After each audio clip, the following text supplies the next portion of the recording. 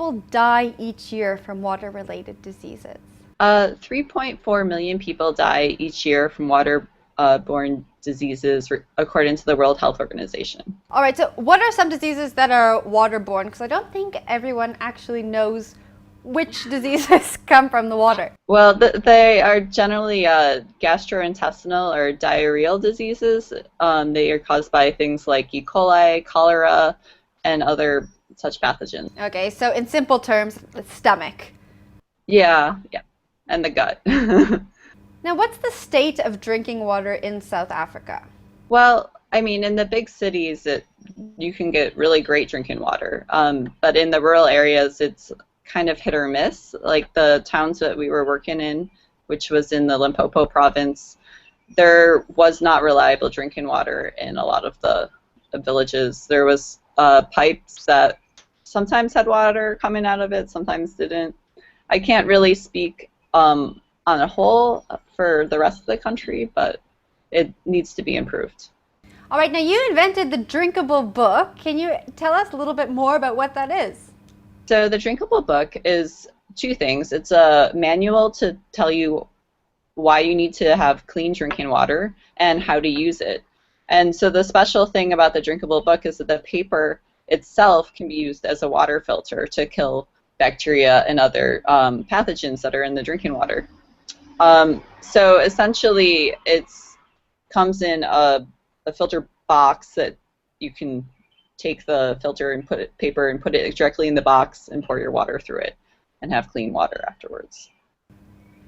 Well, you tested the Drinkable Book in South Africa, in Limpopo, like we briefly spoke about before. What did you find when you were testing it?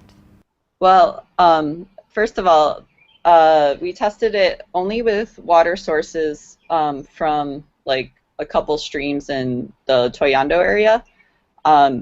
The streams were, some were more contaminated than others, and we saw that almost all of the bacteria were killed, like 99.99% bacteria reduction. And basically there was a lot of removal of dirt and other contaminants as well. So it was kind of a small scale operation then. Like, we didn't actually have the Drinkable Book, we just had the paper that was in the Drinkable Book at the time, but it's the same thing. So, but yeah, we just did that for about a month last year. So it was a limited scale of the study, but it showed promising early results. All right, well, you're going to be introducing the book in Ghana. Why don't you expand a little bit more about that and what you hope to achieve? So at the end of the summer, in August, myself and Water is Life, which is the nonprofit we've been working with that, well, basically made the video with us, they are going to bring us to one of their field sites in northern Ghana. The region has really high levels of dirt in their water, so we're going to be testing their water sources, which are just streams and rivers and rainwater and that sort of thing. We're going to be testing the Drinkable Book with that, and we're also going to be going into villages and telling people about the idea and seeing if it's something that they want or not, basically, getting some feedback. Now, what materials are used when you're making the book? Well, obviously paper. We use a really thick paper, though. It's 0.75 millimeters thick, so it's not like a sheet of printer paper.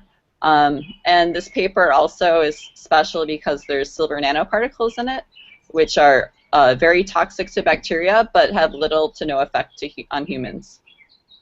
Now, this actually sounds like an amazing book. It sounds like it educates people on water issues. It also allows them to purify the water that they have available to them.